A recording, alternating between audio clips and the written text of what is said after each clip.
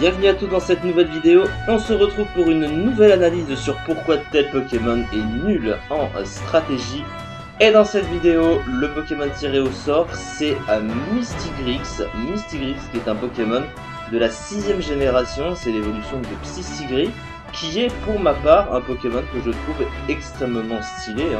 J'adore ce Pokémon en termes de design. Malheureusement, c'est un Pokémon qui est quand même très oublié en stratégie et qu'on joue pratiquement jamais, si ce n'est parce qu'on aime le design. Et donc pourquoi ce Pokémon est si mauvais en stratégie? Pour ma part, je ne l'ai jamais joué. C'est dommage, alors que pourtant il est beau. Et ben on va regarder tout ça. Alors déjà, il a une forme, enfin une apparence en mâle et une apparence en femelle, mais ça je pense que vous le savez sûrement. Comme vous le constatez, c'est la femelle et ça c'est le mâle. J'aime bien les deux, globalement. Peut-être une préférence pour le mâle, mais globalement ça passe. Déjà le type. Alors il a le type Psy pur, les deux formes ont là le même type évidemment. Et le type Psy pur en stratégie, ben c'est assez moyen. Hein. Le type Psy c'est aujourd'hui très médiocre en stratégie. Alors défensivement, il y a quand même la bonne résistance au type combat et la résistance à son propre stade, donc le type Psy, mais c'est assez peu en comparaison du coup des faiblesses qu'il a à côté. Hein. Au type insecte, ténèbres, des spectres, les trois types sont extrêmement gênants en termes de faiblesse, donc ce qui fait que c'est assez moyen si t'as pas de double type par exemple pour avoir un peu plus en termes de résistance ou d'utilité défensive. Et c'est pareil offensivement, alors le type Psy il a l'avantage d'être un bon coverage neutre, mais ça suffit pas pour être si bon offensivement, et surtout il est résisté par le type acier, et le type Psy bien sûr aussi. Le type ténèbres aussi est immunisé, comme vous le savez, et est super efficace dessus. Donc tous ces types là, eh ben, il a rien pour vraiment combler un peu ce souci offensivement. Et encore une fois, il n'a pas de double type, là où d'autres Pokémon de type Psy ont souvent des doubles types pour justement pallier à leur manque offensif, ce qui est le cas du type Psy. Surtout qu'avec les générations, le métagame est de plus en plus fort actuellement en deuxième génération. C'est là, je pense largement, le métagame le plus fort de l'histoire de Pokémon de très très loin. Alors il n'est pas revenu en deuxième génération, le dernier tiers où il a été présent est en 8ème génération, mais même là il n'était pas vraiment joué, quasiment pas en fait. Maintenant on va s'intéresser à ses talents. Alors il en possède 3, enfin les deux formes ont 3 talents. Il y a un talent qui va être différent d'un Pokémon à l'autre, on va y revenir. Alors regard vif pour commencer qui immunise le Pokémon aux pertes d'esquive, mais ça... Bon, surtout dans les simulateurs de combat, c'est pas intéressant, c'est lié à l'esquive évidemment. Voilà, alors après tu peux vite fait être utilisé à anti-brume qui baisse l'esquive. Mais à part ça, ça n'a pas vraiment d'utilité, donc bof. Infiltration qui est pas un si mauvais talent en soi. En gros, les attaques du Pokémon vont ignorer les clones et les protections mises par l'adversaire. C'est assez intéressant, mais comme le Pokémon a de mauvaises statistiques offensives, bah, c'est un petit peu triste, il n'en profite pas trop, disons qu'offensivement, ça lui donne pas d'avantage là où un autre Pokémon avec de meilleurs stats offensifs en profiterait plus clairement. Maintenant il a Farceur ensuite pour finir. Alors Farceur malheureusement comme il a 104 en speed, sa meilleure stat vitesse, donc c'est un Pokémon moyennement rapide, Farceur semble mauvais, en tout cas pas adapté, plutôt pas mauvais. Farceur est évidemment un excellent talent, hein. Ça donne une priorité à ses groupes de statuts comme ça ici. Il a des options de statut forcément, et donc Farceur ça reste utile. Mais évidemment avec un Pokémon qui est globalement rapide, et surtout je pense plus rapide que la majorité des Pokémon qui vont un peu faire la même chose, qui a posé des moves de soutien, etc. Il n'a pas trop besoin de Farceur à côté. Après ça reste toujours utile, on est d'accord. Et aussi il manque quand même un petit peu d'options comparé éventuellement à certains de ses congénères qui profiteraient plus de ça. Mais bon, Farceur on retient quand même. Ensuite, la femelle à la place de ce talent farceur, elle va avoir battant. Alors battant c'est presque le plus intéressant pour ce genre de Pokémon, puisque battant va augmenter de 2 rangs son attaque spéciale s'il se fait baisser ses statistiques. Ça c'est plutôt intéressant parce que le Pokémon il tape pas très fort, hein, donc du coup tu préférerais avoir ton attaque spéciale augmentée pour faire plus de dégâts, parce que clairement c'est ce qui manque à ce Pokémon. Et surtout pour pallier au reste de ces statistiques qui sont mauvaises. Hein. Donc vraiment, à dire que c'est mieux d'avoir battant, mais Farceur c'est aussi adapté finalement à ses moves de soutien. Mais dans un cas comme dans l'autre, disons que les stats plombent un petit peu le Pokémon dans les deux cas. Donc bon, on est un petit peu moyennement content, on va dire.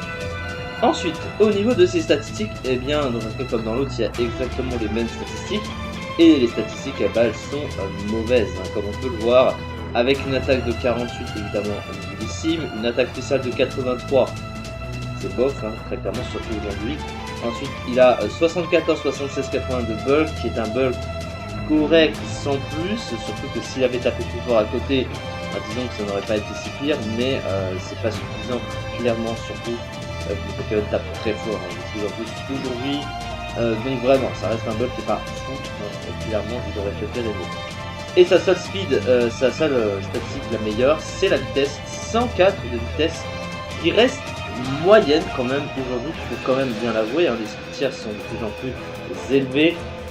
Donc 104 de vitesse c'est moyen. Après il a farceur, on rappelle, hein, la forme mâle, ce qui lui permet de développer un peu plus sa speed. Mais globalement, comme à côté des stats sont pas bonnes, sa speed ne sert pas vraiment à grand chose. Ensuite, on va s'intéresser à son Mewtwo, et globalement, le Mewtwo des types Psy ne sont pas mauvais, hein, dans le fond, même si on va très facilement le mettre en concurrence, et c'est d'ailleurs ça le problème. On va le mettre en concurrence avec ses congénères de type Psy parce que il a un Mewtwo qui est assez générique, on va dire, de la plupart des Pokémon de type Psy, sauf que lui, il va avoir des choses largement moins bonnes que ses congénères, avec, du coup, pour ses congénères, de meilleures options. Donc ce qu'on retient du coup de son Mewtwo, alors sur le plan des attaques Psy, il a à peu près tout, donc ça il va pas trop s'en plaindre. Il a Expanding Force, Extracesseur, Psycho, Choc Psy, un petit peu tout ce qu'il veut. Ensuite sur le plan du combat, il a des trucs utiles, hein. Il a Tonnerre, il a Ballon, il a Énergie, il a Épaisseur aussi, il a Fibre Obscure. Sur le plan du setup, il a à la fois Planifi plus Machination, donc ça pour le coup pour la forme avec Battant, ça va être pas mal à combiner parce que ça lui permet d'augmenter ses statistiques offensives, pardon. Surtout qu'en plus de ça, et alors à l'inverse du coup, sa forme mâle, peut s'en servir avec farceur, donc là en plus c'est assez pratique. Donc dans un cas comme dans l'autre, les moves de boost sont bien combinés à ça, ça c'est plutôt intéressant. Ensuite il a accès à quelques autres moves de coverage, mais pas extrêmement fort. Ce qui est assez étonnant par exemple, c'est qu'il a que Disarming Voice comme coverage fait. Pour passer disponible, alors qu'il peut très bien avoir éclat magique, c'est pas très cohérent qu'il ne l'est pas. Il n'a pas pouvoir lunaire, il n'a pas plus en fait, il a 4 luneries, hein, évidemment 40 dans les vagues, c'est de la merde, donc voilà. Ensuite sur le plan du soutien, il a Cage Éclair aussi, il a Toxique, c'est ce qu'il est pratique, il a Tour Magique également, il a Bâillement, la distorsion, bon ça sert pas à grand chose évidemment, mais ce qu'on comprend pas trop avec ce Pokémon, c'est qu'il n'a pas accès à un bon move de soin. En effet, il n'a pas vœu, il n'a pas soin tout simplement, ce qui aurait très bien combiné avec Farceur par exemple, donc c'est assez envisageable, et il a tout à fait l'optique d'avoir ce genre de move, mais il ne les a pas, donc ce qui fait qu'il est très vite mis en concurrence avec le Wisher meilleur que lui, meilleur en stats, meilleur en options, etc. et souvent avec un exercitant aussi. Donc, ce manque d'options est un problème. Alors, globalement, il n'y a pas beaucoup de tout, mais ça se joue évidemment. Et surtout les statistiques, hein, qui de base font complètement le Pokémon. Il n'a vraiment pas les stats pour être impressionnant ce Pokémon. Le manque de puissance générale et le vol qui laisse à désirer. Et la vitesse qui aurait mérité d'être un peu meilleure. Mais globalement, on voit que c'est assez médiocre, assez nul dans l'ensemble. Alors que sinon il y aurait eu quelques alternatives, et vous voyez la concurrence qu'il y a ici, pas mal de Pokémon qui sont largement mieux classés que lui, c'est congénère de type Psy du coup, donc malheureusement c'est un Pokémon qui est vraiment très mauvais. Et au niveau des usages, en ZU1 il était 141ème du classement, j'arrive même pas à trouver l'autre champ, je pense que j'en sais rien, parce que ça c'est le mal, hein. Je pense que 0,18% du classement, donc finalement on se trouve c'est pas très fort. En tout cas c'est ça pour cette vidéo, on se retrouve la prochaine fois pour une autre analyse du coup sur pourquoi tel Pokémon est nul en stratégie. Merci beaucoup de m'avoir suivi et on se retrouve très prochainement pour la suite. Merci beaucoup.